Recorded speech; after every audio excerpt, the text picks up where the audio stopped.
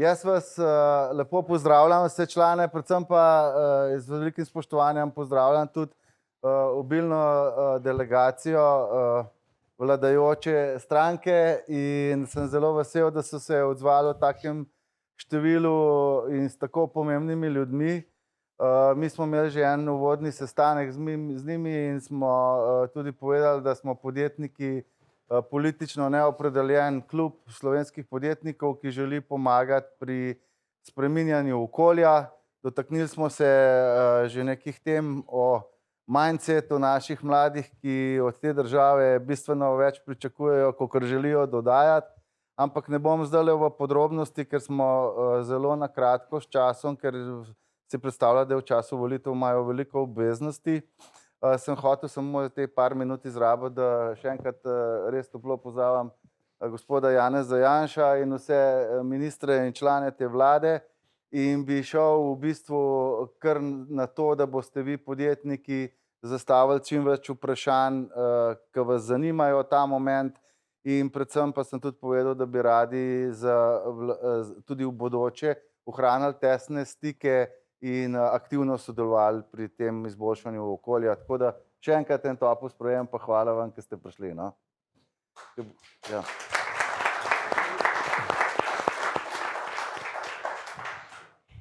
Ja, hvala lepa vam za vabilo. Rekli ste, da je to tolsta ekipa. Ne? Ampak se ne bomo vagali na tehnici, temveč potem, kar bo rezultat naše izmenjave mnenj. Preden pa začnemo s tem, pa izkoriščam to priložnost, da se vam zahvalim za sodelovanje zadnji 2 leti. Še posebej tistim, s katerim smo se večkrat srečevali na Brdu, ko smo iskali rešitve za omilitev gospodarskih posledic korona krize. Niso bili to ravno lahki časi. Mislim, da smo jih kar relativno dobro prebrodili in to tudi z vašo pomočjo. Saj makroekonomski kazalci to kažejo. Ne bi pa zdaj govorili o tem, kar je bilo, ampak o tem, kako si predstavljamo, saj kar se tiče nas, kako si predstavljamo gospodarstvo in nasploh razvoj Slovenije v prihodnjih letih.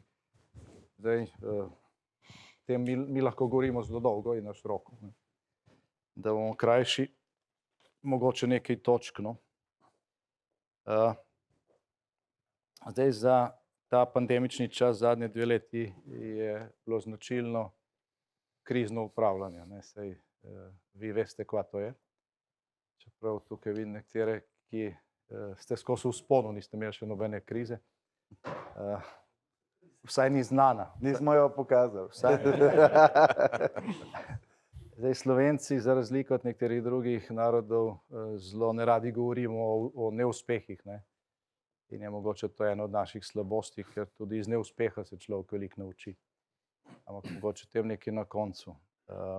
Zdaj, za naprej si mi želimo, da v ospredju ne bo krizno upravljanje, ampak da bo razvojno upravljanje. Zdaj, to razvojno smo skušali našati tudi v tem pandemičnem času, še posebej, ker smo že leta 2020 začeli govoriti, da je konec epidemije, pa da se je treba osredotočiti na okrevanje.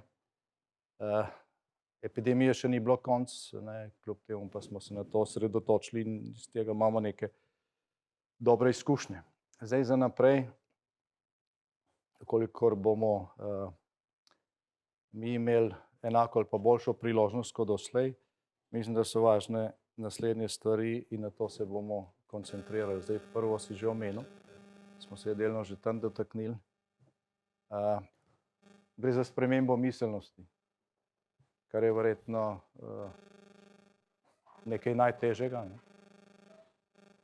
Zdaj, če danes vprašate najstnika v Sloveniji ali pa najstnico, kaj je njegov cilj ali pa njen cilj v življenju, je zelo veliko ne zna odgovoriti. Na drugem mestu so odgovori redna služba, v državni upravi za nedoločen čas, socialna varnost, najemniško stanovanje, tako se pravi nekaj brez kakega tveganja. tistih, ki pravijo, da bi radi šli na svoje, da bi radi začeli z start-upom, s podjetjem, je zelo malo. Jaz mislim, da je to naš nek osnovni problem in da se moramo tega lotiti bistveno bolj resno kot doslej, ker sicer je možno pluti naprej, ampak je treba zelo trdo veslati in proti toku. Zdaj vam to najbrž ni treba razlagati. Prav, vi ste iz te manjšine najbrž, ne? Ki je že v mladih letih odgovarjala bolj pogumno na tako vprašanje in zato ste tudi danes tukaj, kjer ste. Tako tukaj si želimo zavezništva z rekel, celotnim gospodarskim sektorjem, ker samo skupaj nekaj lahko premaknemo naprej. Dobro leto nazaj smo v Izraelu podpisali sporazum z njihovo nacionalno inovacijsko agencijo in ko smo se pogovarjali z direktorjem, ne, ki je zelo dobro poznal mimogrede Slovenijo, sem ga vprašal, kje on vidi bistveno razliko med okoljem, kjer oni delajo v Izraelu in mislim, da so oni tretji na indeksu inovacijskih držav. In tem, kar imamo mi, seveda smo slišali veliko pohvalnih besed, kako imamo lepo državo, deželo, ki je vse blizu in tako naprej, prijazni, dobro znanje tujih jezikov. Potem pa rekel, da ne samo med Izraelom pa Slovenijo, ampak med Izraelom pa veliko evropskih držav, on vidi ključno razliko v tem, da v Izraelu so že pred desetletji šli načrtno v nek pristop, kjer spodbujajo, da podjetniki, pa tudi mladi, ki so se nečesa lotili, odkrito govorijo tudi o neuspehu. Se pravi, nekdo, ki je začel z nekim projektom in mu ni uspelo, ne, tega ne skrije, pa gre nekam drugam, pa poskusi spet potihom, pa to o tem nikoli ne govori.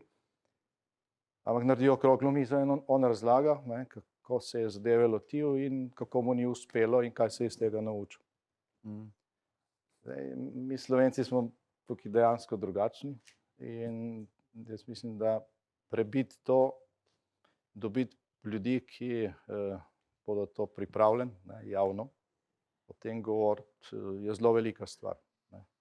Zdaj, če je kdo med vami, ki je imel kak neuspeh, naslednjič, ko se pogovarjate o tem, kako ste uspeli v poslu in tako naprej, omenite še to.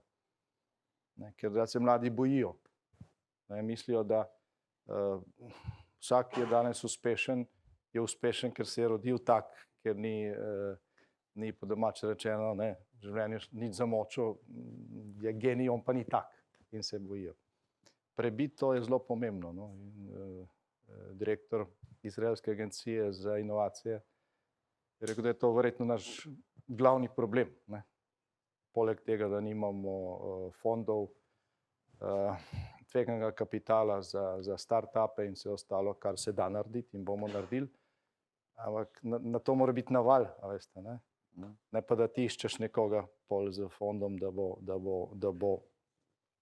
da se bo prijavil, pa še sam ne ve, ali se mu to splača ali ne, če bo moral karkoli vračati. Zdaj, naslednja takšna stvar, kjer mi vidimo ogromne in tudi že kratkoročne potenciale za izboljšanje, je debirokratizacija. Zdaj, ko smo se s tem prvim paketom gospoda Simiča lotili, tega smo šele videli, koliko je zadev, ki so popolnoma nepotrebne, ne? Ki jih delamo zato, ker so predpisane, ne pa zato, ker bi bile potrebne. Imamo pripravljen drugi paket, ki je rekel, še obsežnejši, vendar pa državni zbor tega ni uspel prebaviti v tem mandatu. Bodo pa učinki prvega paketa v prihodnjih mesecih imeli sigurno pozitiven vpliv na to, kar se bo dogajalo v gospodarstvu. Zdaj, s sprejetim zakonom o dohodnini začenjamo ta proces razbremenitve dela. Zdaj, naslednji korak, ki smo ga skušali narediti že zdaj, pa seveda ni bilo dovolj večine, je ta razvojna kapica. Zdaj, jaz sem govoril v zadnjih 2 letih, pa tudi že prej, ampak v zadnjih 2 letih z mnogimi resnimi, velikimi potencialnimi investitorji v Slovenijo. Imeli smo neposredne pogovore s direktorjem Appla, Googla, številnih drugih podjetij. Zdaj, bolje, bom rekel, razvito podjetje, večja dodana vrednost v tem podjetju, večje so plače v tem podjetju, manj smo mi privlačni za takšne investicije. Točno to. In gre enostavno za strateško odločitev, ali bomo naslednjim generacijam ponudili dobro plačana delovna mesta in perspektivo razvoja doma, ali bomo še naprej najbolj sposobne pač potiskali ven. Tako da tle bi se morali na nek način bolj resno spopasti s to socialno demagogijo, ki je pa velik problem. Ne? Če gledate ankete, ko omeniš socialno kapico ali pa razvojno kapico, takoj se skoči na to z vseh koncev in zelo redko se da priti do tega, da se soočijo argumenti, pa se razpravlja, kaj to dejansko je. Je že kar a priori proti.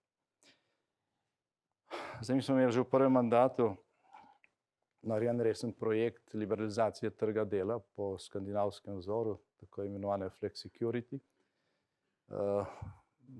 Celo sindikati smo prišli precej daleč. Takrat peljali smo jih na Dansko gledati, kako to tam tečejo stvari. Na začetku je bilo veliko navdušenje, potem pa naenkrat ta front. Ampak to je potrebno narediti. Ne. In verjetno je zdaj, ko je brezposelnost zgodovinsko nizka. Zdaj, ta teden smo šli pod 60 000, tega še nikoli nismo imeli v Sloveniji. Tudi zaposlenost je zgodovinsko visoka. To je ugodno okolje za te spremembe, ker pač ni nobenih neposrednih kolateralnih učinkov in letos bi morali enostavno še ujeti ta ugoden veter v jadrih. Naslednja stvar, ki je pomembna, sem jo že omenil, so skladi tveganega kapitala za pomoč startupom, ki jih rabimo bistveno več in, bom rekel, bolj čisti in enostavni obliki, kot so sedanji razpisi, ki so ujeti v vsežive okvire. In potem še 2 stvari. Še več jih je, no, ampak za začetek mislim, da je z naše strani dovolj. In tako bo še kdo od kolegov kar verjetno kaj dodal kasneje.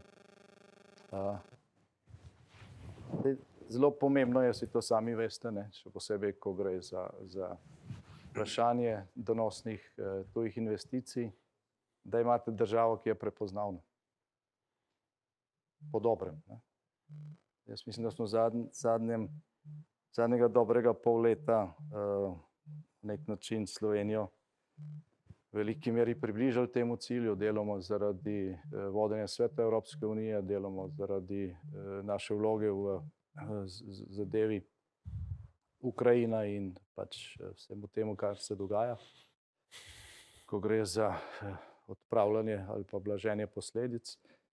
In dejstvo je, da še posebej, ko gre za pomembne stvari, pač to šteje in je treba na tem enostavno nadaljevati.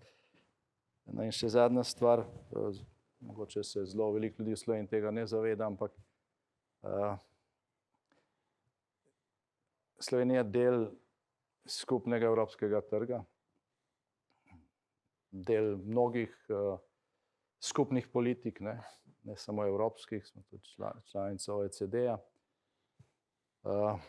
Nismo v G7, ne, niti G20, mogoče kdaj bomo, upajmo. Pač, treba je imeti velike ambicije. Smo pa prvič neposredno sodelovali recimo pri pripravi vrha G7 zadnjega. Ne. Še nikoli doslej Slovenija ni bila zraven oziroma povabljena, ko je šlo za pripravo odločitev. Ampak ne mislim tega poudarjati, mislim reči to, da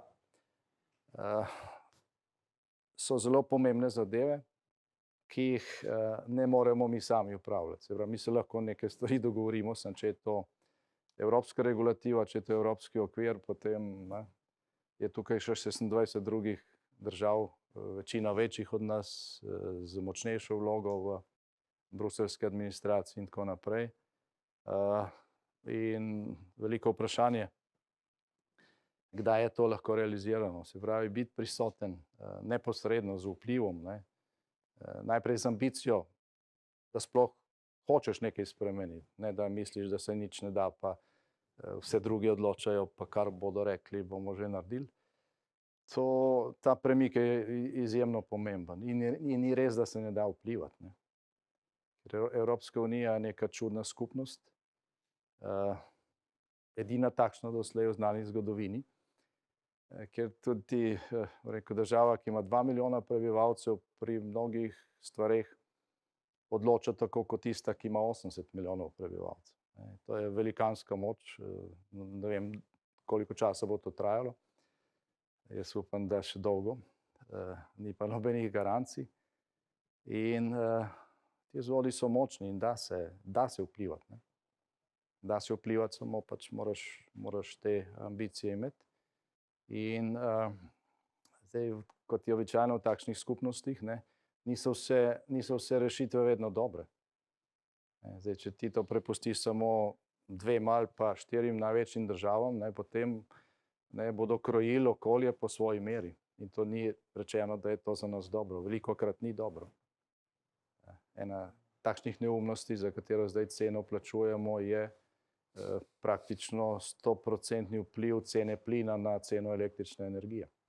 Čeprav je delež plina kot energenta pri proizvodnji električne energije v Evropi 10%. Regulacija je bila sprejeta zaradi pač teh ambicij zelenega prehoda pred leti. Namen ni bil slab, ne? Ampak formula je zgrešena, še posebej za sedanjo situacijo, in si plačujemo visoko ceno za to. In ko smo se začeli boriti za spremembo oktobra lani, mislim, smo bili 3-4 države, zdaj je velika večina in mesec nazaj je bila sprejeta odločitev, da se gre v spremembo. Če tega ne bi poskušali v času našega predsedovanja, bi verjetno prišlo do tega, ampak šele čez pol leta. Ker so pač odpori veliki, na takšne formule se vedno vežejo interesi. So podjetja, ne vem, na Nizozemskem pa še v nekaterih državah, ki kujejo milijardne dobičke iz takšne formule in jasno, ne, potem države, ki imajo takšna podjetja, to blokirajo. Tako da veliko je tega, kar vpliva na vaše gospodarsko okolje, na cene v trgovinah ali pa na položnicah in kar ne določamo sami. Se pravi, moraš biti zelo odločen tam, kjer se o tem odloča. Tako da to so po moje ključne stvari, ne, ki so po našem mnenju pred nami, ki jih je treba upeljati ali pa spremeniti in kjer si zelo želimo vaše pomoči. Tako da, kolikor bo situacija takšna ali boljša, kot je bila doslej, v smislu vzvodov upravljanja z državo, zdaj mi obljubljamo, da bomo skušali čim hitreje preiti v celoti iz kriznega na razvojno upravljanje in se koncentrirati na te stvari, ki se nam zdijo očitne in ki lahko Slovenijo bistveno dvignejo v svojih razvojnih potencialih. Slovenija ni izkoristila še vsega, imamo sicer kar dober zalet. Če danes primerjamo to, kjer smo, pa naš GDP, pa koliko nas je, pa hrvaški GDP, pa koliko je njih, pa srbski GDP, pa koliko je njih, pa se spomnimo, da je bila Srbija, recimo, ko smo se mi osamosvajali, nekje na 70% našega GDP-ja per capita. Zdaj pa mislim, da smo pri 50 milijardah vsi. Zadnjič je rekel, da Hrvati imajo dvojni GDP od Srbije, mi dvojni od Hrvatov, Avstrija pa dvojni od nas. Tako je. Pol vemo, kam. Da, 80, 50, 57. Vemo, v katero smer moramo, pa mislim, da smo to šli v to smer. Ta razlika ne bi obstala, zato pa, da bomo dohiteli Avstrijo, pa moramo te stvari narediti. Luksemburg še prej, ne?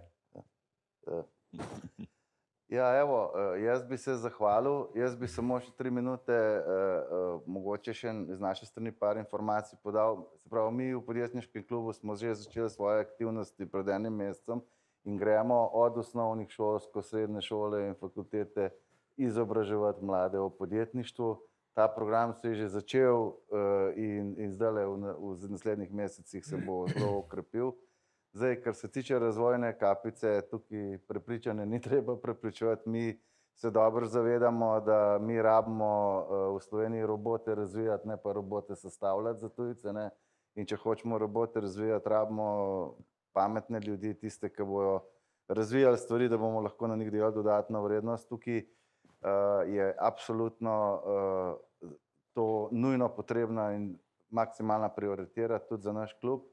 Res je tukaj, da se moramo malo tudi mi posuditi pelo. Mi imamo tukaj problem, ki ga jaz probam takoj po volitvah nasloviti, je, da delodajalci kot neka pogajalska stran nismo enotni med sabo in da gre med mnoga tekmovanja, ki imajo od birokratskih do političnih vplivov znotraj organizacij, in to nas drobi na majhne segmente in imamo nobene usklajenosti, zato je prva naloga je, da bi probal te delodajalsko stran poenotiti v nek pravi gospodarski krog, kjer bi probali najti skupen presek pa skupna stališča. In mogoče zdajle, ko ste v času volitvam tudi hodili na obrtne zbornice pa GZS. Zdaj gremo. Ja, no, ker povejte jim, da je ta enotnost delodajalcev ključna, da bomo lahko sploh sogovornik in vladi in sindikatom, ker meni so sindikati sami povedali, jaz sem se z vsemi praktično sestavil in so rekli, saj ni problem v nas, problem je v vas. Tako da to je naša naloga. Zdaj, tako da tukaj bomo mi probali poenotiti stališča vseh organizacij pa najti skupen imenovalec, no.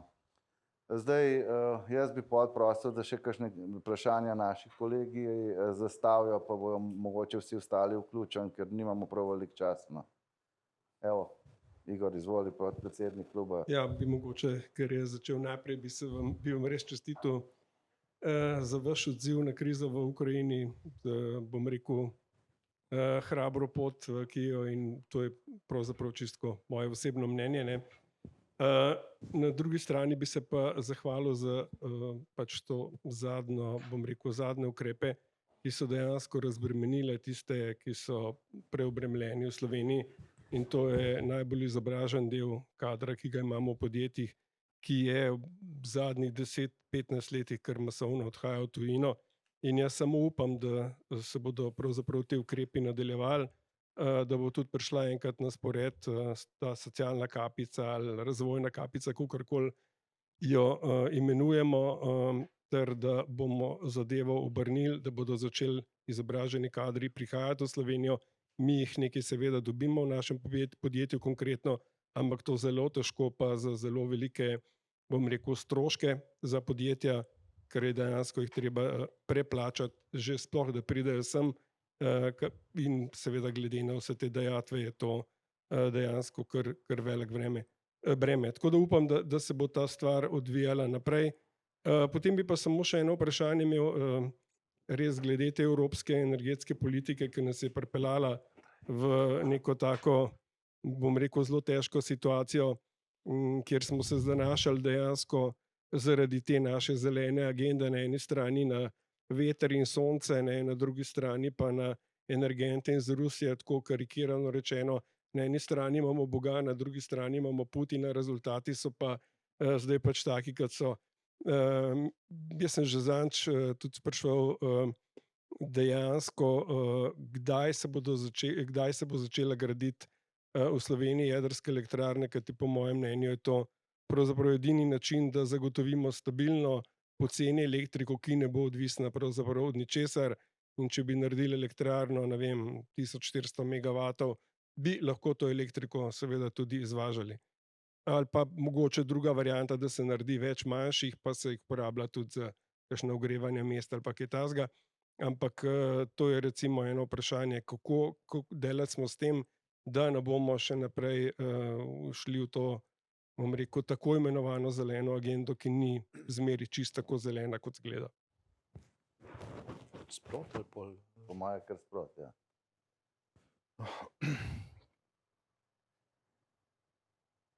Hkrati z to bitko za spremembo formule za izračun cene električne energije je potekala tudi bitka, ki je tudi dobljena za tako imenovano taksonomijo pri jedrski energiji. In od zdaj naprej v Evropi jedrska energija ni več smatrana kot del problema, ampak kot del rešitve, ne, vsaj za naslednja desetletja, ne, kar seveda pomeni ogromno, ne, kar pomeni, da je zato možno dobiti kredite, sredstva Evropske razvojne banke in tako naprej, ker dokler je bilo na drugi strani, je bilo to zablokirano, zato tudi ni bilo kakih velikih investicij.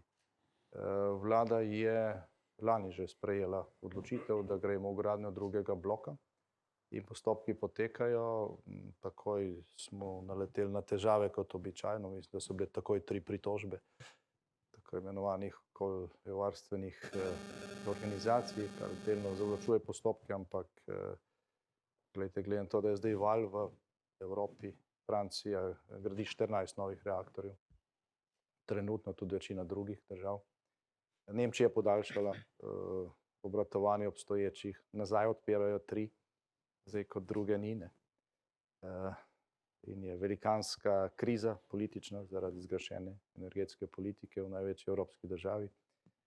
Tako da to Slovenija bo zaprla TEŠ, ne, v Velenju takrat, ko bo obratoval drugi blok jedrske elektrarne.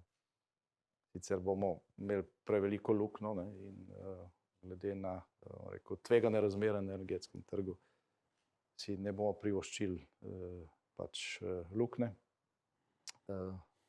Računamo na to, da bo ta zaradi vseh teh sprememb, tudi taksonomije, razvoj modularnih jedrskih reaktorjev zdaj še hitrejši. Nekatere države, Romunija recimo, je že podpisala pogodbo za prvega. In ne, mi imamo v Podgorici jedrski reaktor za poskuse, ne. Bom zdaj razlagal, zakaj je bil tam zgrajen, ne, pred mnogimi desetletji, ki pa je seveda že malo zastarel, je treba zamenjati. Zgolj zamenjava tega reaktorja z enim drugim, ne, za poskuse lahko z dodatno energijo gremo celo Ljubljano. Nobene toplarne ne rabimo več, nobenega premoga tukaj, ne. To je pač taka naslednja stvar, ki je v razvojnih načrtih. In dejansko, ne, jedrska energija je rešitev za Evropo, ne. Čez 10 let bo drugače, kot je zdaj. Vprašanje, kakšno ceno bodo nekateri plačali. Ja, dejansko razmišljanje, ne, da bomo obdržali za gospodinjstvo poceni elektriko, ne, podjetja pa ne plačujejo višje, tista, ki ne bojo preživela, pa pač ne bojo preživela. Seveda ne drži voda zaradi tega, ker če podjetja ne bojo preživela, tudi ljudje ne bojo imeli služb in posledično bojo težko plačevali svojo cenejšo elektriko, ne. Tako da jaz upam, da v tej smeri je treba nekaj zelo hitro narediti in upam, da ne bo preveč odpora v Sloveniji, s katerim pa vem, da se soočate. Mogoče sem še 2 stavka. Od decembra naprej, ne, se vlagajo veliki napori. Prve mesece to ni bilo opazno, ne, zdaj od 24. februarja naprej je pa to zelo opazno, da Evropa zagotovi rezerve, skupna naročila za energente, kar pomeni, da bo to stabiliziralo cene v veliki meri, alternativne logistične poti, gradnjo LNG terminalov. Nemčija včeraj je odobrila, mislim, 4 milijarde evrov za offshore terminale, za tekoči plin. V enem letu bo ta situacija bistveno drugačna. Največja težava je seveda plin, ker to se ne da tako hitro nadomestiti, ampak v enem letu. Jaz mislim, da nihče več ne bo mogel izsiljevati Evrope, kar se tiče energentov. Zdaj tamle, kar je, izvoli. Tudi v mojem imenu čestitke, bom rekel, vladi za te težke čase, v katerih živimo.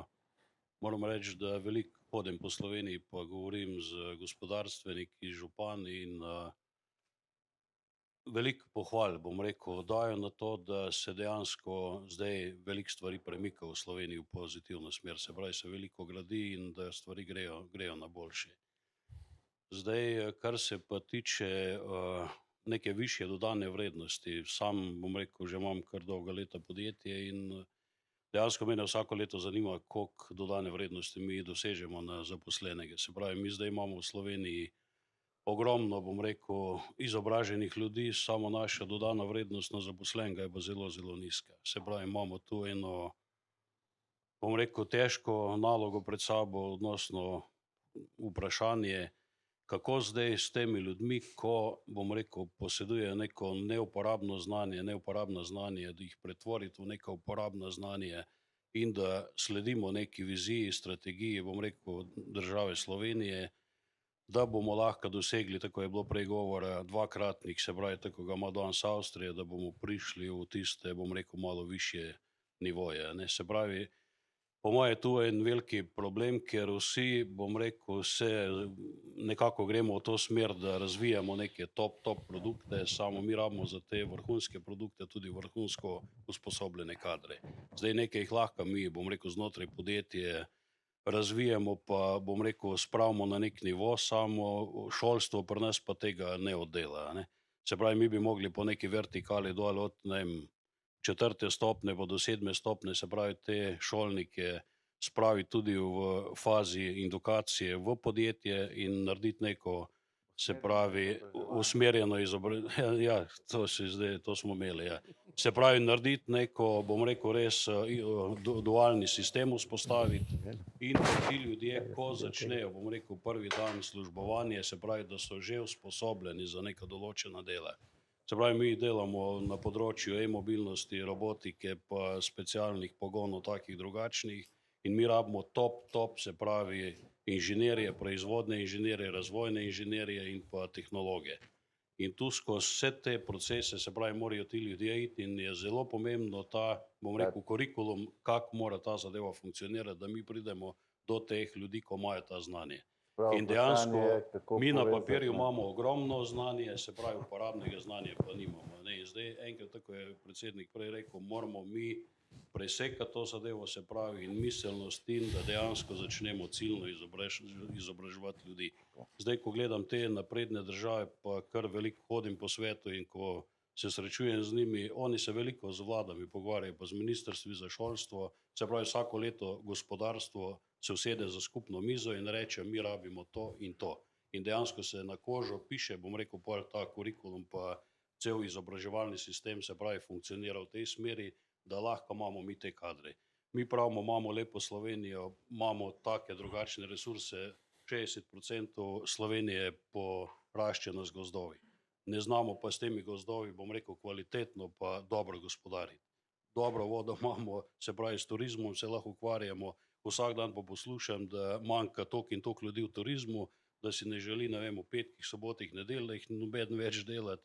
In to so tiste točke, ko moramo mi te ljudi, se pravi, sposobiti in spraviti na točko, da bomo lahko, se pravi, z domačim produktom dosegli na enkokratnik, se pravi, dodane vrednosti, kar imamo pogoje absolutno, samo moramo ljudi spraviti v kondicijo. Hvala. Hvala.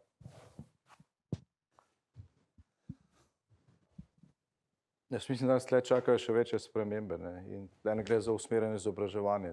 Preden se je Sloveniji začelo ali pa v Jugoslaviji eksperimentirati s tem usmerjenim izobraževanjem, je bil ta poklicni del šolskega sistema, vajeniški, je bil dober, ker je bil še v veliki meri povzet po Avstro-Ogrski, Avstrija ga ima še vedno, ne? Pravzaprav, in se je pokvarilo nekaj, kar je dobro delovalo, in zdaj se nazaj postavlja. No, tle so neki premiki, pejte recimo v šolski center v Škofjo Loko, ne, ker je tudi izredno zanimanje mladih za vpis. To je tisto, kar pač mnogi potrebujete, ne, že od prvega letnika naprej tam tudi šraufajo, sestavljajo robote, avte popravljajo, je to, in nihče od njih nima nobene težave ne pri študiju naprej, ne pri zaposlitvi, ne. So pa tle bili velikanski odpori, no, mislim, da smo mi 3-krat vložili zakon in na koncu je nek hibrid ven prišel, Zdaj, kar se tiče potreb, spomnite se razprave lani, ko je vlada ustavila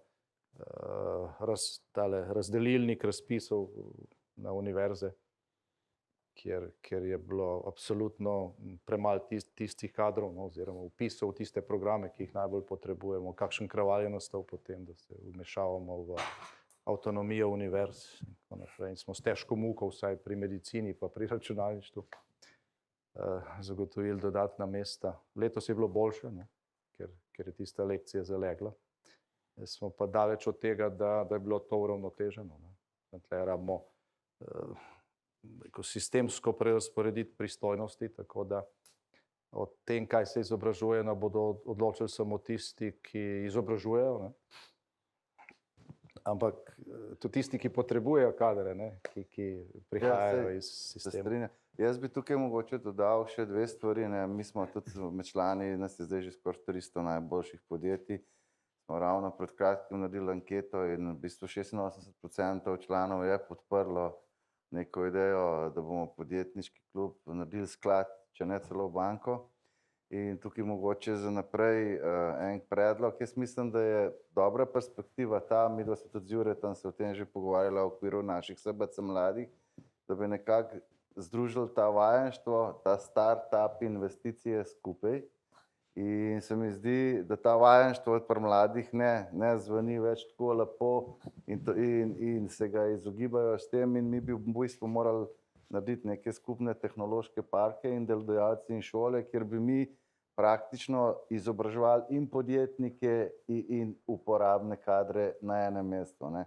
In mi kot podjetniki tukaj imamo pa za določene branže dovolj naročil, da bi že mi jim dajali naročila. Recimo, če čez prst rečem, vsi rabimo tiskovine, če bi naredili tiskovino, imamo mi že tukaj noter dovolj naročil, da bi tak učni, rečemo, da je to učni zavod. Mislim, da ga ima včasih Litostroj, pa je bil ful uspešen v celi Jugoslaviji. To bi treba bilo na en moderen način skupaj spraviti. Tako da tudi, kar se tiče tega sklada za start-upe, pa kar bo vlada načrtovala, mi smo tudi pripravljeni kaj sodelovati, ker mi bomo imeli kar dovolj kapitala na razpolago, no, in pa volje. Jure, izvoli. Jaz bi sam tu še en stavek, to, kar je bilo zdaj rečeno, podjetje razpolagamo z ogromno, se pravi, tehnologijami, s takimi, bom rekel, programi, ko državno, bom rekel, šolstvo nikoli ne bo razpolagalo. In zdaj, če mi tega ne znamo, bom rekel, skupaj povezati, zvezati, tako je bilo včasih, ko je predsednik Janša rekel, da včasih je ta sistem dobro funkcioniral. Mi moramo te mlade ljudi, se pravi, spraviti v podjetje. In to pomeni za pol leta na praktični del, pol leta pa edukacijo, se pravi, v šoli za teoretični del. Evo, izvoli. Ja, in tudi že delamo, ne. Včeraj smo imeli na Katapulti in povedali eno zgodbico, ne. Smo imeli enega fanta iz Šenčurja, 17 let starega, ne, ko hodi v srednjo šolo, ne, in je rekel, jaz sem naredil pa spektrometer, ne. Vsi najbrž veste, kaj je to spektrometer, jaz sem se malo popraskal, ne. In je ohišje z aluminija naredil za 2 evra, naredil elektroniko, doma spegle, znam software za mobilni telefon, ne. In pol vse se mi zdi, ne, kakor take poslušam, ne. Ko ste prej rekli, da večina mladih ne ve, ne. Ampak je pa ena serija, ne, se najbrž, ko smo bili mi mladi, so tudi naši starši rekli, kva bo s to mladino, ne. Ampak v tem smislu, ne, kakor poslušaš nekatere mlade, s kakim žarom govorijo, s kakim žarom razlagajo, kva delajo, ne, se je tudi neka baza pri mladih, ne. Ampak se mi zdi, da je treba res te podpirati, pa jih tako, kakor vrhunski športniki promovirajo Slovenijo, se mi zdi, da je tem mladim tudi v okviru SBC-ja, pa tudi na strani države, da jim je potrebno dati priznanje, pa jih pokazati, zato da bojo vzgled ostale. Mi smo že stari, ne. Mi smo nekje tam že skoraj na koncu, ne, ampak mladi lahko mladim največ dajo, ne. Tako da tukaj, ne, za SBC mladi se bomo sigurno potrudili po najboljših močeh, da bomo ne samo študenti so že skoraj prepozni, ampak dijake spodbudili k takem načinu razmišljanja. Hvala.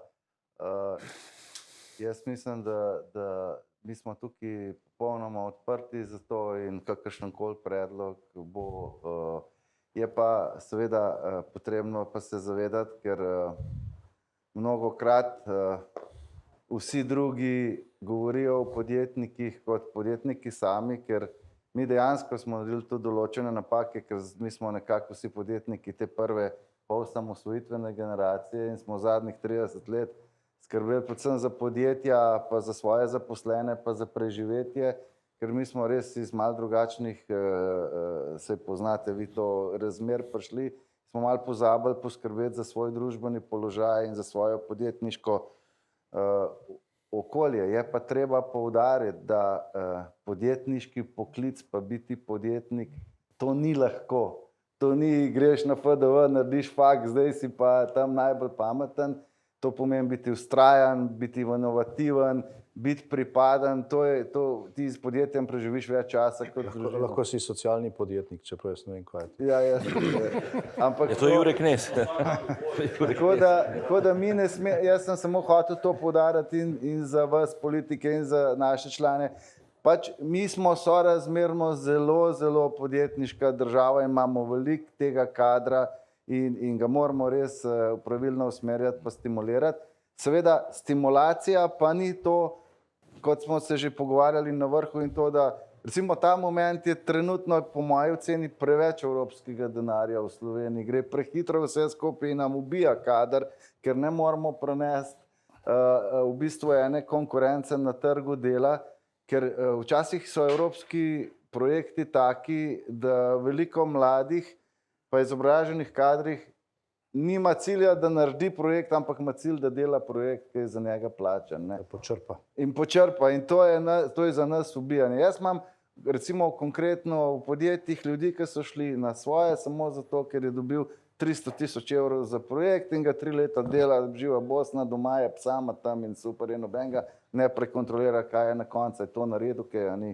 Tako da to, no, drugače pa, evo, izvoli naprej, Franci. Ja, hvala vladi za zadnje 2 leti, ker smo dobro delali. Člani SBC-ja veliko vlagamo v razvoj, nove produkte, vemo, da moramo trenirati zgornjo mišico, namesto spodnje mišice, ker je pač to edino stvar. Tako da to sem zelo ponosen na naš članek, ki smo pa zdaj že 8 leto skupaj. V bistvu vprašanje oziroma predlog bi dal pandemija COVID-a in virusov bo tudi jutri. Kaj bomo naredili tako, da bomo v preventivi lahko zaščitili, da bomo imeli, da bolj delali, da bojo lahko otroci hodili v šole brez mask in da ne bo tukaj bolanih. Da preventivni ukrepi so. Vemo, naše podjetje ogromno vlaga v to, tudi gradimo nov inštitut, ki bomo povabili vse mlade za razvoj filtrov in za razvoj vseh teh naprav. Skratka, preventivni ukrepi so tisti najbolj učinkoviti, ki pomenijo manj bolnišk, manj odsotnosti, manj plačile nege. Mislim, da je bilo pred COVID okoli 24 milijonov evrov nege na letni osnovi, in na tem segmentu treba delati. Zdaj imam predlog, kaj bomo na tem segmentu naredili. Normalno ne samo da ne govorimo o prezračevanju z nekimi tehničnimi podatkami, ampak predvsem prezračevanju z, bom rekel, senzorji, ki uravnavajo kvaliteto zraka v prostoru. Vemo pa, da je v bistvu zdaj odpiranje oken pomenilo približno 35 do 40% porabljene več energije, kot bi lahko, predvsem zdaj v tem času, ko imamo pač, govorimo o brezogličnih zadevah in podobno. Zato je tukaj zelo pomembno in tu lahko prešparamo okoli 15 do 20% na svetu energije, če pravilno uravnavamo za nekako 80% rekuperacijo. Zato predvsem tudi učenci so v šolah zelo veliko razboleli, ker če imaš zunaj minus 5 stopinj pa 0 stopinj, pa okno odprt na pol minute, jaz sem rekel, bi dal 90 poslancev v 3 učilnice, pa na pol ure odpiral stvari. To je bila velika epidemija v decembra, zakaj je tako poskočilo. Tako da predlog imam, da v bistvu jaz sem zraven povabil tudi Jožef Štefan, inštitut, NZI, Arso še včeraj zraven, delamo analize. Seveda zraven bi tudi povabil, bom rekel, politike oziroma vlado, da naredimo meritve, ki so dejansko stanje v 10 učilnicah, ki ima prezračevanje, v 10, ki ga nima, 10 domovi v zastarelih sobah in tako na podrobno in te podatke predstavili. Tako da NZI Krek se je tudi odzval, že Jožef Štefan, tudi Arso, in to mi se zdi, da je bilo pametno, da potem skupaj naredimo nekaj dobrega, v bistvu da smo pripravljeni na jutrišnji dan. Hvala. Kar izvoli, kar... Lahko? Ja. Miro Hribar, Inturs DMC. Jaz prihajam iz najbolj prizadete panoge, iz turizma, industrije srečanj, in sicer v da povem, v letu 2020 smo beležili 97% upad dohodkov, lansko leto pa 75%. Pa bi se vam zahvalil, ker smo s pomočjo vaših ukrepov uspeli obdržati vse zaposlene. Zdaj za naprej nas čaka neka dolga pot okrevanja, malo moč seveda tudi ta nesrečna vojna v Ukrajini. Zanima me pa za našo panogo, če boste razmišljali oziroma razmišljate o kakšnih davčnih spodbudah. In pa druga stvar, ki bremeni turizem, je slaba povezanost, predvsem letalska povezanost. Da ilustriram, jaz sem danes pogledal, v Ljubljano bo priletel 10 avionov, oziroma 13 v Bitolo, v Tuzlo 11, v Prištino pa 36. Tako da to je pomembno, ker letalski gost prinaša bistveno večjo dodano vrednost, večjo izvenpenzionsko porabo. Danes mi beležimo povprečno porabo 15 evrov na dan, kar je strašansko nizka. In to so ti recimo ključni problemi, zraven je še predvsem gospodarska diplomacija v Aziji ali pa konzularna predstavništva v Aziji, ki jih je precej malo. No, toliko na moje strani. Hvala. Govori Filipini pa Tajland, ne? Če smem, bi se tukaj še pridružil, tudi jaz sem iz industrije najbolj prizadetih, konkretno iz cateringa. Rad bi samo še en komentar temu dodal.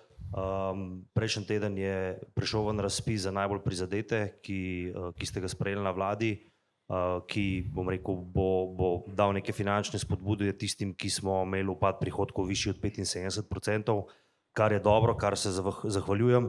Je pa po mojem mnenju tukaj prišlo do ene čist administrativne napake in tukaj bi rabo vašo pomoč. Namreč mi kot podjetje catering, ki imamo SKD dejavnost, priložnostna priprava in dostava jedi, se na razpis sploh ne moremo prijaviti, kljub temu, da smo imeli več kot 75% upad prihodkov. In ta razpis se zaključuje danes teden in zelo malo časa je, tako da nam boste tukaj pomagali, prosim. Zakaj ste izključeni? Ker naša glavna dejavnost, priložnostna priprava in dostava jedi, se ne sme prijaviti na razpis. Prav šifra vaše dejavnosti ni omenjena. Nam boste tukaj lahko pomagali. Hvala. Evo, izvori Marka. Mislim, da se vsi strinjamo, da je bilo veliko ukrepov, ki so bili naklonjeni podjetnikom. Vidim pa dve področji, kjer je možnost za izboljšave in upam, da nam to uspe. Skupaj smo ugotovili, da so mladi neambiciozni, na drugi strani pa imamo izredno visoko rast zaposlenih v javnem sektorju in tudi visoko rast plač v javnem sektorju. Seveda potem tudi ambicioznost nekako ugasne, če to obstaja, ne. Vedno, ko se začnemo o tem pogovarjati, pridemo na to, da smo podjetniki proti javnemu sektorju. Ne, mi smo prvi, ki smo za kakovostni javni sektor, učinkovit javni sektor.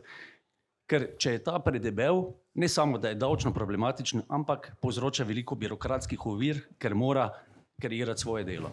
To je bilo prvo vprašanje, to je bolj na makro nivoju, drugo pa na mikro. Je pa, pač prihajam iz lesne branže, Marko Lukić Lumar, o tem lesu, 25 let sem v branži, pa verjetno so se že prej pogovarjali, kaj je s tem za narediti, pa še kar ni. Še vedno imamo zgodbo, kjer se naša hlodovina vozi v tujino, Avstrijec predela, proda Američanu, Savcu, Latvicu, svojim seveda, kar ostane, pa proda po dragi ceni nam. Potem grem jaz do ministra Vizjaka, se pogovarjamo, kaj bi lahko naredili več na gradnji javnih objektov, pa pravi, gradnja z lesom je predraga. Ne? Se pravi, kaj bomo naredili, da bomo to, pa vem, je veliko idej, ampak malo je konkretno narejenega. Pa ne v smislu velikih lesno-predelovalnih centrov, tujih lastnikov, ki bojo les razžagali, pač ne bo več hlodovina, bojo deske izvozili, ampak da se naredi veriga vrednosti v Sloveniji. Slovenci delamo najboljše montažne hiše na svetu, to govorim z gotovostjo, ker pač smo marsikaj delali, in da bomo končno tudi kot država več gradili z lesom. Hvala. Žago morate narediti sami. Jaz jo bom. Lahko jaz dopolnim. Jaz jo bom in tovarno. Lahko sem jaz dopolnil. Ja, zakaj les? Mislim, zdaj sicer to sodi pod resor Ministrstva za gospodarstvo, jaz sem na okolju, hvala Bogu, nimam s tem opravka. Je pa res, da je začetek narejen z slovenskimi firmami državnih gozdov, ki upravlja, je pa res, da nam manjka v tej verigi, kot ste omenili, še kar nekaj. kot so te lesno-predelovalni centri, in posledično nam ta vrzel se izkazuje tudi v relativno visokih cenah. Mi smo preko podnebnega sklada podpirali gradnjo z lesom in še podpiramo to, za razliko, za vrzel med klasično gradnjo in gradnjo z lesom, tako da je za investitorja seveda to 1:1, ker je pač subvencija. To še zdaj delamo. Ta ukrep še zdaj je pa res neki, ne? Da je, recimo jaz sem konkretno bil zadržan do enega projekta v Mariboru, gradnje javnih najemnih stanovanj z lesom. To je pa zaradi tega, ker je bil to ne samo drag projekt, kar se tiče izvedbe, ampak tudi vzdrževanja. In ne prenese potem tista najemnina, ki je to vzdrževanje takih objektov. Hočem povedati, da moramo malo bolj celovito na te stvari gledati in rezultat tega potem postanejo lahko tudi konkretni projekti. Se z vami v celoti strinjam, v Sloveniji moramo še precej narediti na teh vrzelih, kot je predsednik omenil, žagah, potem pridelavi polizdelkov, ki so potem uporabni v gradbeništvu, od konstrukcijskih elementov in podobno. Zato se mi zdi, da je tu polje še kar za izboljšave. Tu se z vami strinjam. To vrstni projekti mislim, da niso primerni. Problem pri nas je, ko se gradijo javne investicije, so projekti, ki so predmet javnega razpisa, izredno bogato zasnovani. Se pravi, naši standardi za vrtce, šole so taki, ki jih nima nihče v Evropi. In potem so še vedno individualni grajeni. Se pravi, če mi imeli nek nabor tipiziranih šol vrtcev, ker bi to bila tehnologija razdelana do zadnjega vijaka, tako kot poznajo druge industrije, ne, bi pa to seveda bilo konkurenčno. Mi pa vedno pustimo celo polje kreativnosti, da se riše, kar se riše, in potem poskušamo to za najnižjo ceno zgraditi, dobimo pa na koncu slab produkt. Če mi naredimo fabrike, če bojo oni prilagodili javna naročila temu. To ne smejo, ampak že če bomo samo do surovine prihajali, bo v redu, ker morate vedeti, da se... Ne, tu pa res.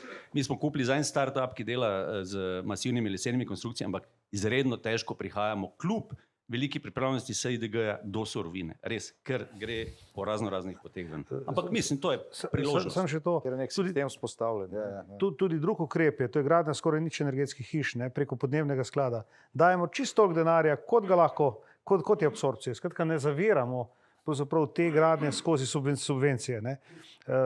Tako da, se pravim, se pa z vami v celoti strinjam, da so relativno nekritični na Ministrstvu za šolstvo, ko kljukajo projekte gradnje teh vzgojno-izobraževalnih od vrtcev do šol, ko govorimo o bogatosti. Ne. Tu pa seveda je vsem, da si zgradijo neke svoje gradove. No, smo jih veliko porezali, no, do druge. Ja. Lahko je jaz en izziv obema predsednikoma. Prihajam iz Dravinjske doline in sicer iz Reč, ki je specifični kraj, ne? Namreč v Zrečah več ljudi zaposlenih, kot je nas domačinov, poleg velikih podjetij, tudi malih, je pa ena tema, ki... Poste kot Ljubljana. V Ljubljani je 111.000 več delovnih mest, kot je delovno sposobnega prebivalstva. Ampak nimamo toliko javne uprave. To pa res.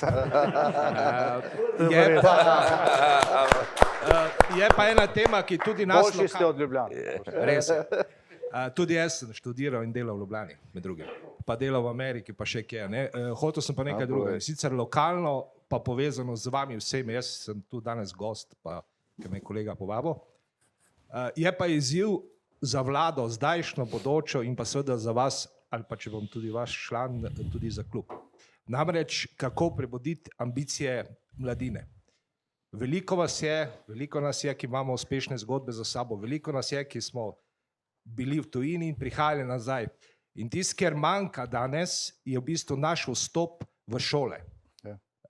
Šolsko ministrstvo bi moralo poskrbeti, dobiti volonterje, verjetno nas je veliko volonterjev, ki bi želeli svojo zgodbo posredovati otrokom. In otroku ti najlažje zbudiš ambicijo, če mu poveš svojo zgodbo.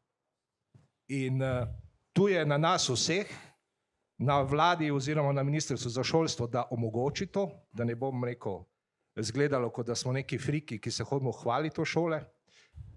Na nas, podjetnikih, pa da pravzaprav to opravimo volontersko.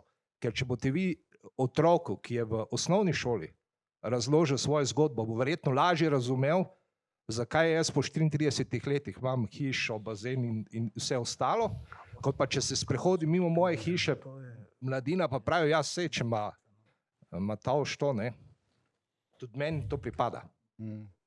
In če to dosežemo, govorim pa iz izkušenj, ker sem delal v Ohio, nažalost tudi v Daytonu, ker smo poznani po drugih zadevah. A ne. Tam sem to videl in to je ena od zgodb, kako obrnati, kako mladini zopet vzbuditi ambicije, pa jim razložiti, kako smo mi prišli v teh 30 letih do rezultatov. Torej, izziv za oba. Ja. Hvala lepa. Bom jaz začel. No. V bistvu, vse to smo že prej debatirali, da je ta mindset treba zamenjati. A ne? Sam zdaj je to tako. To vprašanje je v bistvu zelo hipotetično. Ne? Vzgoja otrok se začne v družini, se začne v lokalnem okolju in glih od vlade ali pa od predsednika podjetniškega kluba je težko pričakovati, da bomo mi vzgajali te otroke, lahko pa vsi pomagamo vzpostavljati procese, ki bodo vodili k temu, da bodo te naši otroci bolj zainteresirani za podjetništvo. Morate pa vedeti tudi to, da je neka naravna selekcija podjetnika tudi to, da to, kar dela, da ima rad, da si želi in da je vztrajen, tako da teh vrlin se včasih težko nauči.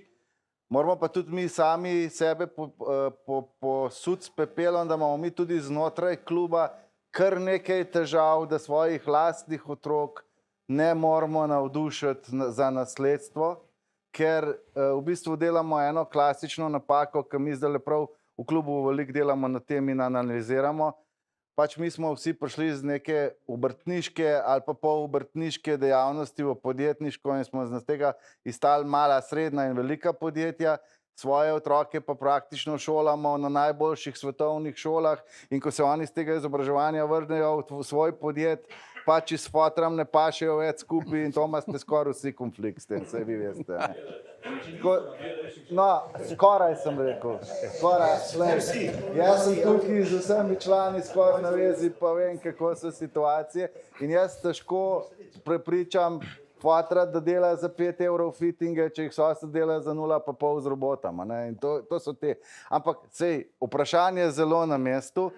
Mi smo začeli, mi didaktično igro podjetniško razvijamo, trenutno Jerneja, pa Maja vam lahko, pa Maruša povejo, da bomo že v najmlajših letih sploh človeku predstavili, kaj je podjetništvo.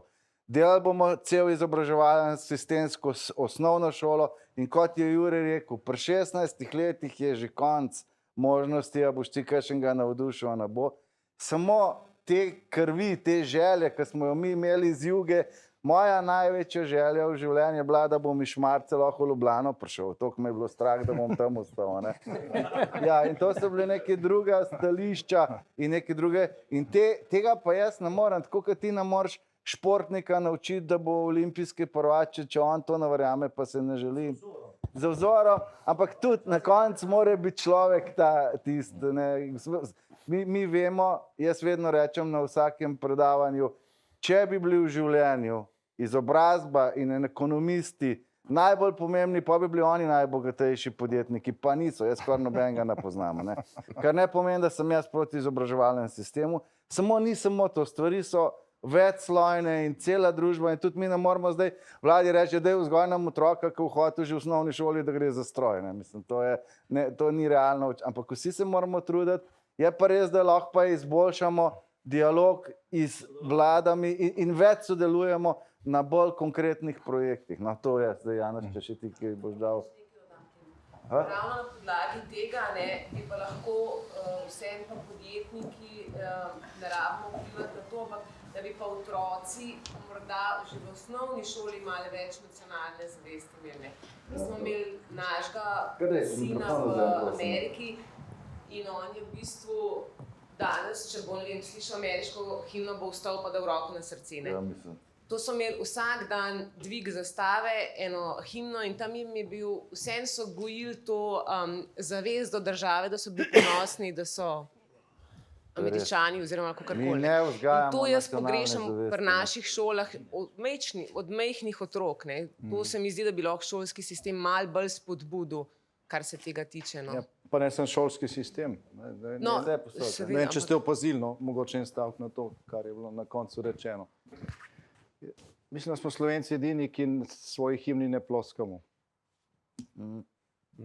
če gledate recimo Super Bowl v Ameriki, ko zapoje himno, stadion ploska.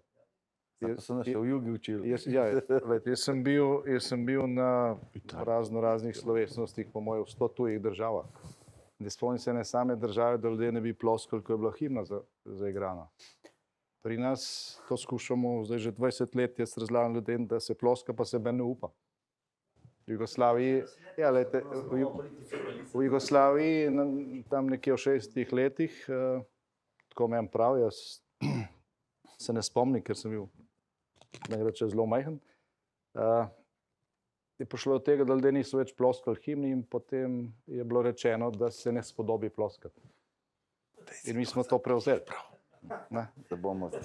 Če lastni himni ne ploskaš, potem je to nekaj narobe. Ampak mi se tega na nek način niti ne zavedamo. Zdaj, kar se tiče pa vzgoje, začne se v družini, žal se pa v mnogih primerih nadaljuje na tablici. Ampak, zdaj, če greste na YouTube, tam najdete tudi po 100 milijonov ogledov, kjer, ne vem, Steve Jobs razlaga, kako je uspel, pa mnogi drugi podjetniki, ki so svetovno znani. Zelo malo je pa slovenskih. Tako da, če se ne motim, imate nek studio. Posnemite svoje zgodbe. Jaz mislim, da bo na ta način ta izkušnja prišla do 1000krat več ljudi, kot če vsako šolo obišče. Te pa tudi šole treba obiskati, ker je nekaj drugega, če vidiš ti na ekranu, pa nekaj drugega, če ti uspeh vidiš pred sabo. Je pa ga lahko kaj vprašaš in tako naprej. To je izjemno pomembno. Pa še ena stvar. Lani je Portugalska organizirala v Portu tako imenovani socialni forum. Menzgar se je tako imenovalo. Ampak tam so bile predstavljene svetovne študije najuglednejših svetovnih institucij o tem, kako bo verjetno izgledal izobraževalni sistem v razvitem svetu čez 10 pa čez 20 let. Jaz moram reči, da sem se ogromno naučil tam, ker pojma nisem imel o nekaterih stvareh, ki so bile tam predstavljene po trendih. Tako da zdaj verjamem, da jaz upam, da tudi Slovenija zraven. Čez 10-15 let mi ne bomo več poznali osnovne šole z 9 razredi, srednje šole s 4 razredi bolonjskega sistema, ampak bo sistem vseživljenjskega učenja. In tisti, ki ga ne bo uvedel, bo zaostal. To je po moje največja sprememba nekega družbenega podsistema, ki je pred nami v zadnjih 100 letih. Od Marije Terezije, ki je pač uvedla šolsko reformo pri nas. In v naslednjem mandatu smo začeli zelo resno na to pripravljati, ker to ogromno stvari potegne za sabo. Zdaj, kolega, veš pa tu še nekaj. Ja, dovolite, da sam na kratko se vključim v to debato. Rado Gladek je moje ime. Sicer po neki logiki bi mogel biti bolj na vaši strani, čeprav prej sem zvedel, ker sem član politične stranke, ne morem biti. Pa tudi... Žal. Ne, imam toliko skromno dejavnost, da vam, bom rekel, tukaj prisotnim ne sežem niti do gležnjev. Ampak malo bi se dotaknil, rekel tega, mislim, moja izkušnja, kar se tiče šolskega sistema. Že prej sem z gospodom iz Davesofta sva malo podebatirala, s čim se ukvarjam, med drugim tudi, rekel, tržim neke izdelke za hišno avtomatizacijo.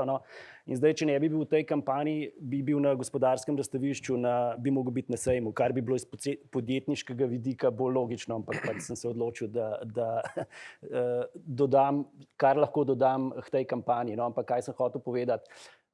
Za ta sejem sem hotel si pripraviti nek demo tablo, kjer bi predstavljal svoje izdelke, in se mi je zdelo to idealna priložnost za šole, se pravi, ker ukvarjam se z izdelki, ki po eni strani dajo priložnost softverašem, da dajo pač nek svoj doprinos k temu, po drugi strani pa tudi, bom rekel, elektroinštalaterjem.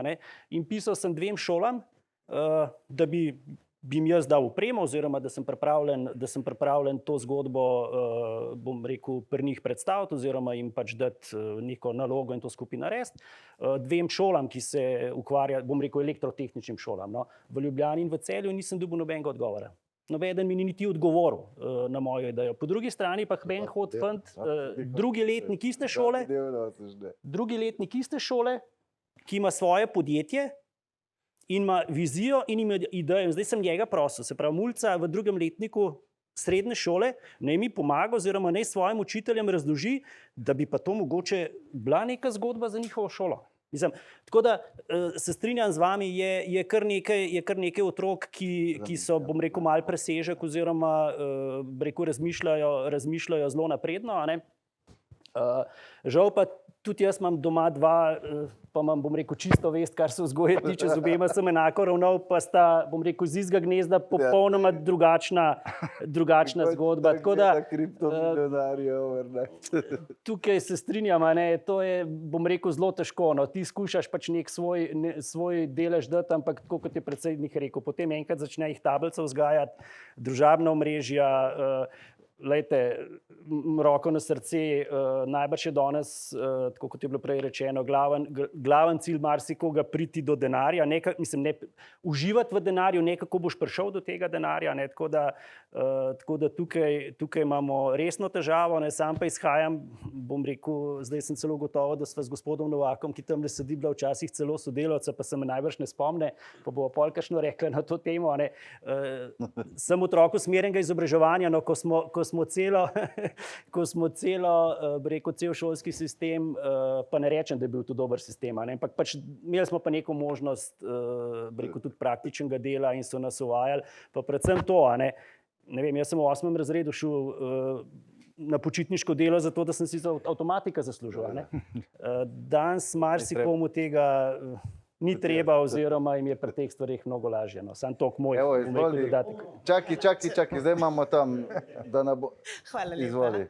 Vesna Milošević Zupančič je študentski servis. Mogoče ravno, ko se pogovarjamo, kako navdušiti mlade, kako zadržati talente. Mi na študentskem servisu delamo z 70,000 mladimi vsako leto, za vsako generacijo, v bistvu pač od dijakov do študentov, z vsemi. Jih pošljemo vam v 16,000 podjetij. In tule moram reči, da je pač 65% mladih se redno zaposli v enem izmed podjetij, kjer so prej delali kot študenti, kar pomeni, dajmo to izkoristiti. To je najboljši ukrep aktivne politike zaposlovanja, če se pošalim. Dajmo jih takrat, ko prijejo 15 let stari, pa bi radi delali, pa rečemo, veš kaj, premladci, nimamo ti kaj zadati, kaj už tam ima v fotokopero. Dajmo jih navdušiti, ker na tak način jih najlažje zadržimo. In mi tudi v praksi vidimo, da pač mladi radi tam ostanejo, kjer jih sprejmete. Teda na ta način se mi zdi, da je to nek način za zadržati talente. Po drugi strani se moramo pa pol vsako leto boriti za to, da pač obstane študentsko delo, ker se marsikaj govori o njem, kar že dolga leta ne drži, ker je danes bistveno drugačno, kot je bilo včasih. Sami veste, koliko je drago. Za 100 evrov, da dobi neto študent, je treba 167 plačati, pa to še ni pač največja težava. Seveda, trenutno se zelo nujno rabi kadre in vse damo za to. Ampak tudi to, kar se govori, da se podaljšuje študij, pa to kje, tega ni več. To pač v bistvu... tu zdaj nisem prepravi stranki, ker ta stranka tega ne govori, ampak dostikrat se moramo boriti za to, da to obstane. V resnici je pa to res nekaj najboljšega, kaj se lahko mlademu zgodi, da tisto, kar se v šoli v teoriji nauči, v praksi proba, da sam vidi, kaj pomeni zaslužiti 5 evrov, 10 evrov, koliko časa moraš delati za to, pa da ohranimo te talente. To je v bistvu sam komentar, poziv, dajmo to pač izkoristiti na tak način, da zadržimo ta prave talente, pa da jih navdušimo. Ker 15-letnika je lažje navdušiti, ker pa mogoče pol kasneje, ko se na YouTubeu navduši, pa kje druge. Hvala. Marko, ti si hotel. Ja. Se bom vrnil na izobraževanje. Veliko smo govorili o izobraževanju specifičnem za poklicne kariere. Jaz samo ocenjujem, da je tudi popolnoma splošna izobrazba resen problem v slovenski družbi na splošno. Naprimer, mi vemo, da je demokratična parlamentarna demokracija ena najboljših možnih družbenih ureditev od vseh možnih, pa še vedno ni najboljša, je slaba, ampak če želiš, da parlamentarna demokracija deluje, potem mora biti splošna prosvetljenost vodilnega telesa ustrezna. In demokracija je kot najboljša izmed slabih družbenih ureditev najuspešnejša zaradi tega, ker naj bi o pravilnem razumevanju volilnega telesa dajala sinergije. Pri nas, ko smo šli iz prejšnje družbene ureditve v parlamentarno demokracijo, očitno volilno telo tega ne razume na pravilen način in razume, da se morajo diametralno nasprotno politično orientirani ali pa svetovno nazorsko orientirani ali državljani ali politične stranke sovražiti, ne pa spoštovati in na spoštljiv način komunicirati v iskanju najboljših rešitev za narod. To se pravi, poleg teh vseh izobraževanj poklicnih za gospodarstvo in poleg tega manjka graditve narodne zavesti, nam manjka tudi prosvetljevanje volilnega telesa, da se bodo začeli pravilno nekako tudi odločati na vsakih volitvah, a ne. In rezultat tega je ta huda razklanost ne samo slovenskega političnega prostora, ampak tudi populacija na splošno, ki je tudi za nas podjetnike lahko v določenih trenutkih velik hendikep. Mi smo spraševali tudi vaše predhodnike na naših teh srečanjih o teh problemih in naprimer si kot podjetniki želimo nekega preboja, da bi tudi slovenska parlamentarna demokracija zaživela na tak način, da se argumentirano seveda spopadaš, ampak na dostojen, prijazen način v interesu najboljših rešitev za slovenski narod. To je prvo vprašanje, kako bi se vi tega lotili, pa vemo, da vi niste izključevalni, ampak so vsi na drugem polu, ki ohranjajo neko prejšnjo inercijo, izključevalni. In drugo, glede tega velikega javnega sektorja, ki je ne samo problem kadrovske politike za realni sektor, kjer v bistvu pobere tudi velik del neambicioznih, nepogumnih splošnih kadrov, je ta velik javni sektor tudi politični problem, kajti 180-190 tisoč javnih uslužbencev je seveda problem za našo podjetniško miselnost in za politične stranke, ki nekako imajo politične programe sorodne nam, ker je to pomembno volilno telo in to vemo, da že star komunist Džilas je napisal knjigo Nevidni razred, ki je že takrat opisoval, da bo ta nevidni razred velik problem ob vzpostavljanju demokracije, ki ga bo na demokratičen način praktično nemogoče premagati. To se pravi, moje vprašanje je naslednje, kje v javnih službah vidite možnosti vnašanja podjetniške miselnosti, podjetniškega načina izvajanja javnega sektorja, kajti vemo, da v javnem sektorju, ne glede katera politična opcija vodi politiko, že zelo težko dobite, ampak ne morete dobiti sploh najsposobnejših menedžerjev, ki bi zagotavljali produktivno upravljanje z ustreznimi javnimi sredstvi. In to je moj drugi del, kako nam boste predstavili, vidite te rešitve, da bi na varen način zmanjšali javni sektor ob zagotavljanju celo mogoče boljše plačanih služb o podjetniškem izvajanju številnih funkcij javnega sektorja, kot to poznajo v razvitih ali pa starejših državah Evropske unije.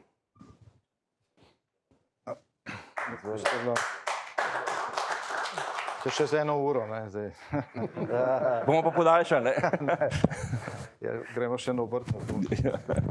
Ste rekli, da je treba sodelovati podjetniki. Ampak čisto na kratko, če lahko.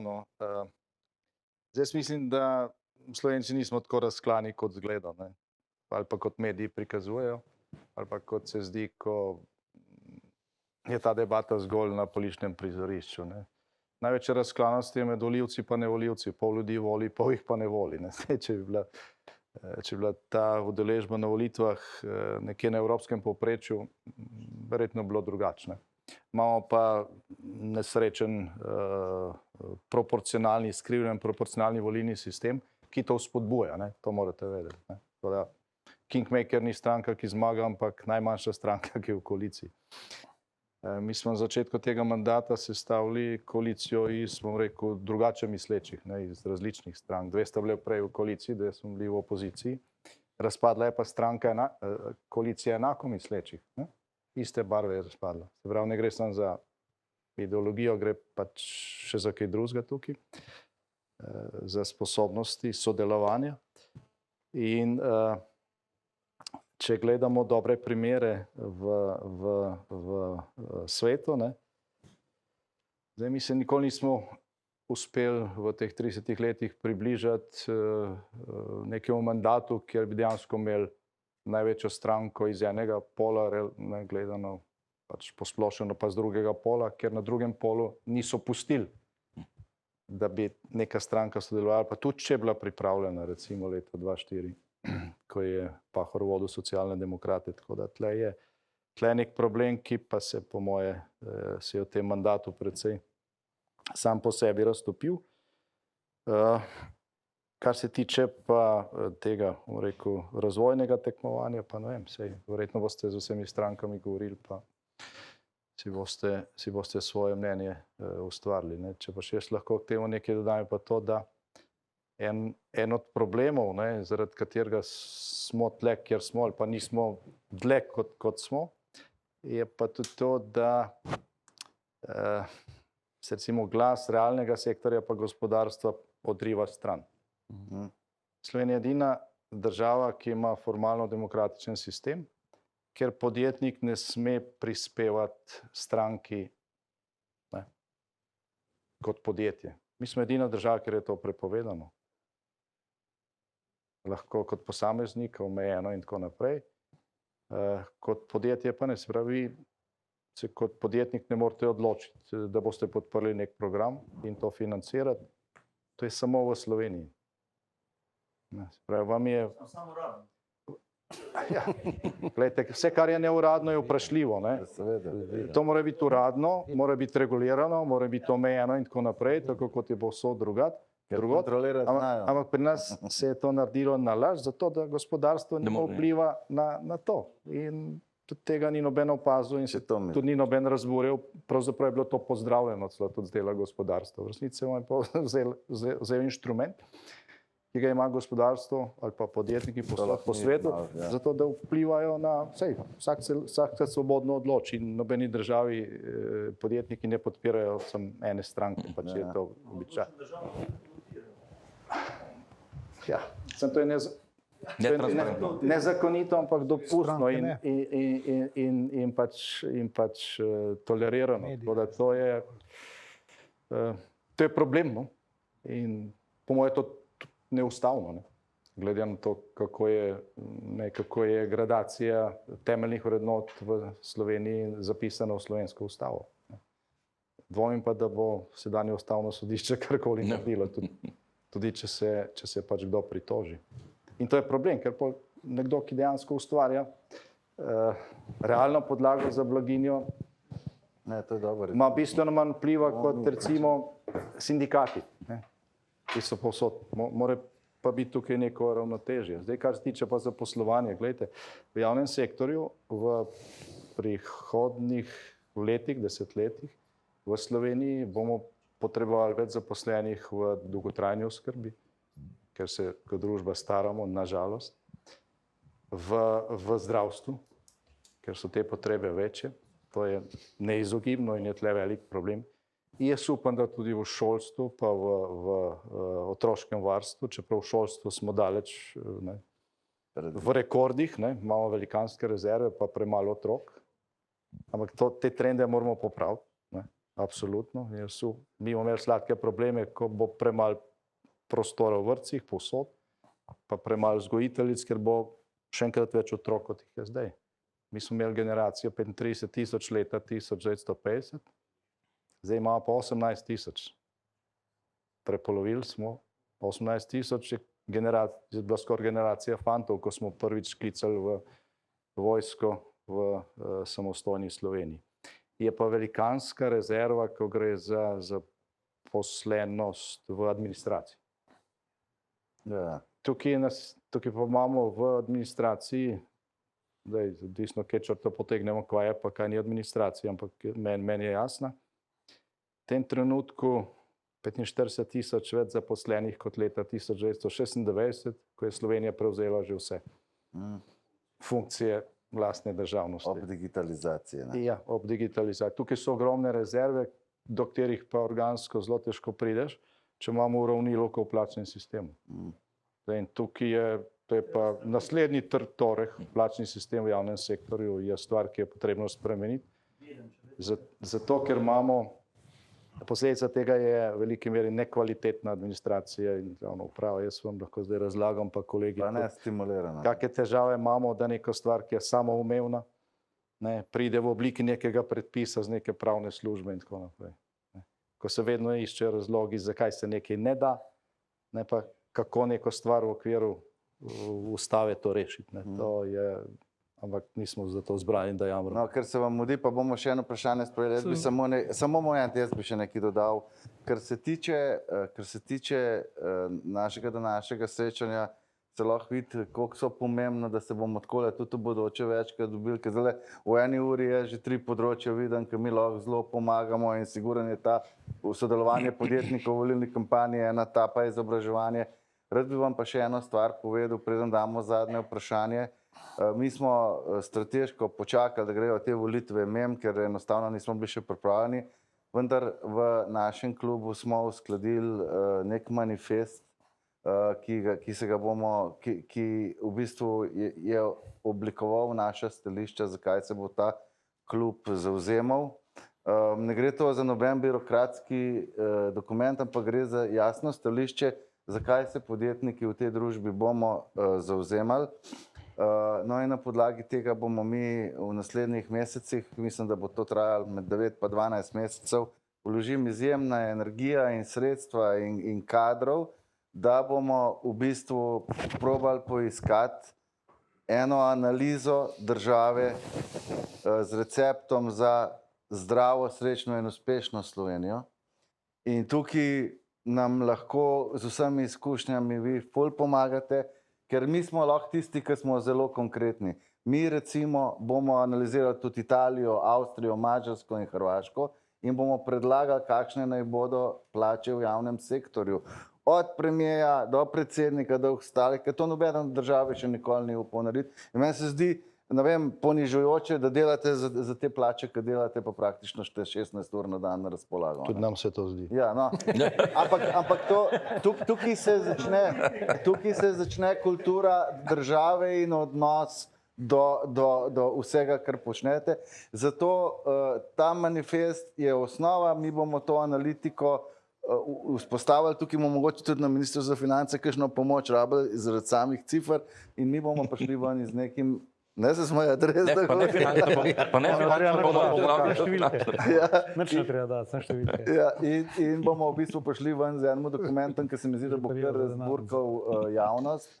Bomo šli na inštitute in vse bomo preverjali pore, kje se porablja naš proračunski denar in ker nekako tukaj med podjetniki vlada neko stališče, da se približno 30% denarja po nepotrebnem izgubi in tukaj so, seveda, da bomo pa pritisnili tudi tukaj na celotno politiko, ne glede, katera vlada bo v naslednjih desetletjih, mi bomo isto delali vsaki in rad bi, da tudi politiki in vlada vsakokratne začnejo se pogovarjati o tem, kako bomo mi ustvarjali pogoje, da bomo izboljšali inkam države. Ne samo, kako bomo te davke razporedili, pa koliko bojo, ne vem, mesec nas bolj obdavčil, pa ne vem, kaj še vse naredil. Klasična rešitev je, da povečamo prihodke države, pa bo super. Od nižje stopnje več v proračunu. Tako. 5 milijard hočemo, ne, povečati. Zdaj pa prosim, tam je bil še eno vprašanje. Franč Gajnar, skupina Fragmat. Mi smo proizvajalci hidro- in termoizolacij ter embalaže iz EPS-a in EPP-ja. In smo v branži, katera je zelo obremenjena z energetskimi problemi. To iz moje zgodovine, ker si jaz pač službo hodim, se bom popravil, delam od leta 72 in še iz zgodovine Jugoslavije vem, kako je izgledala energija in sedaj v naši Sloveniji. Nihanje cen energije je ogromno vpliva na naše produkte. V naši strukturi, ko je bilo najugodnejša cena energije, predstavljala približno 10% energija. Sedaj se s temi norimi podivjanimi cenami seveda energija predstavlja tudi 35-40%, kar ne moreš prenesti na kupce, ker smo tudi v avtomobilski industriji. Tako da sem že pred 3 leti, ko nam je tovarna pogorela pod Skrajnikom, intenzivno razmišljal, kako zadevo odpeljati naprej, da bomo tudi ta energetski del se nekako osamosvojili mi kot firma. In smo prišli, ker sem pa z blok doma, tam je pa tudi v 50 letih oziroma 60, kar imam jaz spomin, se zaraslo več kot pol prostora na blokah s skoraj da neuporabnimi gozdovi oziroma šumo, pravimo pri nas. Sem se odločil, da sem postavil tudi pred 3 leti eno manjšo žago, 30.000 kubičnih metrov. Seveda tega lesa niti podrazno ne dobiš več v Sloveniji, tako da ga uvažam iz Nemčije recimo na našo žago. In odpadni material iz te žage bomo v novi tovarni porabili za energijo, se pravi za kotlovnico na sekance. Vendar predpisi v naši Sloveniji so tako zakomplicirani, zdaj mogoče so tudi v Evropi, ne vem, da kokor presežeš 5 MW je res izredno komplicirana zadeva. Na srečo tukaj bomo s 5 MW lahko šli skozi za to tovarno, vendar recimo v Laškem bi rabili sekance za 30 ali pa 15 MW, kar bo precej zakompliciralo stvar. Tako da jaz imam 2-3 stvari, katere vidim, da bi bilo treba ta trenutek urejati na nivoju države, birokracije in teh zadev.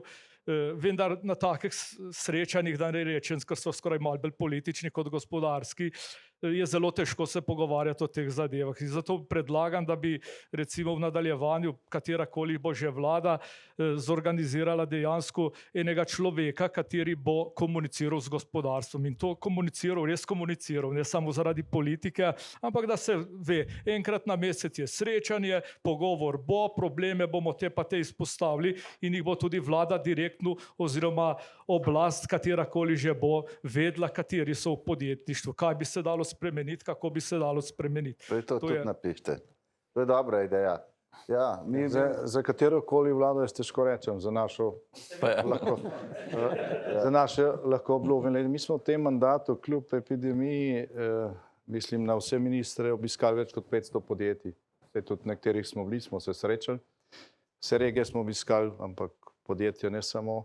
Jaz sem se ogromno naučil ob teh obiskih. Tudi marsikaj smo naredili, kar smo tam slišali, tudi to, kar govorite o sekancih. Je tema zdaj na evropski ravni. Celo Švedska, ki je bila prej najbolj proti temu, da se tudi kurjenje z biomaso nekako vključi na to stran, se pravi, kot del rešitve, je zdaj na naši strani. Tukaj bodo spremembe, pač drugače je to cena zaradi kuponov in vsega ostalega. Slovenija ima tle ogromne zaloge. Mi smo prišli iz 38% gozdnatosti pred drugo svetovno vojno na 58%. Na 58%. Klima se spreminja v nekaterih delih države zaradi preveč gozda, ne premalo. Pa se zdaj protestira, ker čistimo kmetijska zemljišča, recimo, kar je noro. Še bolj noro pa je, da kljub temu lesne izdelke uvažamo. To je pa eno od, bom rekel, strukturnih nesorazmerij, ki se jih da odpraviti, sicer smo potem prej govorili. Hvala tudi za danes, mislim, da smo se tudi veliko naučili. Kar se tiče nas, gledajte, za tistimi, ki ustvarjajo ali pa ustvarjate konkretno podlago blaginje, ker samo gospodarska rast je trajna, realna podlaga blaginje, in vemo, kako to nastaja. Mislim, mora vsaka vlada biti zavezništvo, sicer ni razvojna. Lahko še jaz nekaj sam povem kratkega? Ja, se, ampak samo en stavek, glede na to, da sem bil na vseh teh srečanjih volilnega maratona, našega SBC-ja, če bi skušal napovedovati volilni rezultat glede na število udeležencev SB kluba, ste vi trenutno zanesljivi zmagovalci. Nismo mogli vse sprejeti. Mislim, jaz tudi, da dodam, prvič bi se vam zahvalil. Še enkrat, radi bi, da bi v bodoče ta dialog ohranjali in da bomo bližje sodelovali, ker se eden od drugih lahko naučimo, pa gre stvar naprej. Lahko pa tudi povem danes, da bo danes tale maraton zelo mehak in sem prav začuden, da naši člani nimajo nobenega pikrega vprašanja, ker so vedno bili. Mi smo jih navajeni. Ni dobil besede. Ni dobil besede. Ok. Torej, hvala vam. Gospodje morajo naprej, vi pa še kle malo popite kaj pa. Hvala. A bomo še nekaj?